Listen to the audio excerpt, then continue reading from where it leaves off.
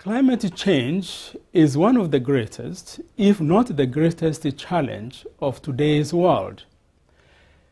The member churches of the World Council of Churches continuously report to us the consequences of climate change in their most vulnerable communities. We need strong commitment from political leaders. Indeed, what is needed is a shift in paradigm.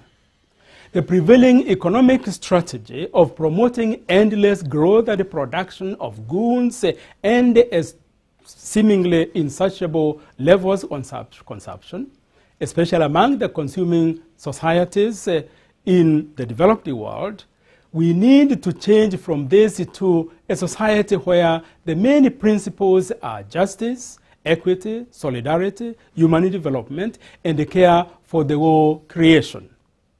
Climate change is a matter of justice because those who are mostly affected are the impoverished and vulnerable communities who have contributed least to global warming and have no means to adapt to climate change.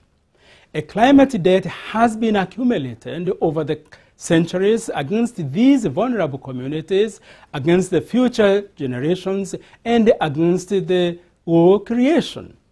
Therefore, these countries have the responsibility to drastically reduce CO2 emissions in order to keep global warming below 2 degrees Celsius.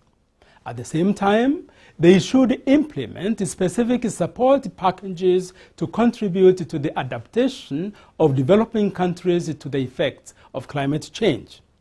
These payments must not be taken from existing aid budgets, but should be added to the 0.7% in recognition of the historical and ongoing responsibility rich countries must bear for the impact of their actions on the developing world. An ambitious, fair, and binding agreement should be reached in COP15 in Copenhagen in December this year. To reach it, industrialized countries need to lead the global effort, first of all, by living up to commitments already made under the Kyoto Protocol on climate finance, technology transfer, and emission reduction targets. We as Christians join our prayers and voices with those of other faith communities so that through this summit and on the way to Copenhagen, there will be renewed hope for humanity and for the endurance of life on planet Earth, which indeed is our common home.